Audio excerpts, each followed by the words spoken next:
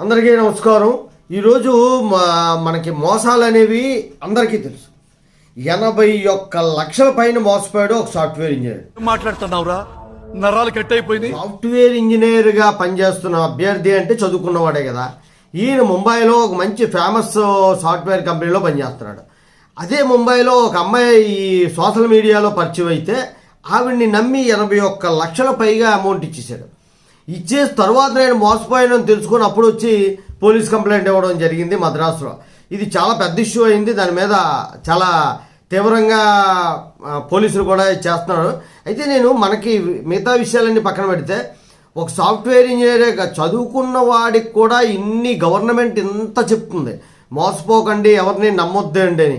అయినప్పటికీ కూడా మీరు మోసపోతున్నారంటే ఇంక ఏమనాలో అర్థం కావట్లేదు. ప్రతిదీ రింగ్ టోన్లో కూడా కాలర్ ట్యూన్లో కూడా పెట్టారు. ఈ మోసపోకండి, సైబర్ నేరాలు, అమ్మాయిల వేషంలో వచ్చి మాట్లాడడం, అమ్మాయిల గొంతుతో మాట్లాడడం, అమ్మాయి ఫోటోలు పెట్టి మెసేజ్లు పంపించడం అనేది జరుగుతాయి అని చెప్పినా సరే మోసపోతూనే ఉన్నారు. సంపాదించింది జీతం అంతా కూడా ఒక్క టైంకి వేరొకరికి ఎవరికో దానాదత్తం చేశాడు. ఇలాంటివి జరగకూడదని వీడియో పెడుతున్నాను. జై హింద్.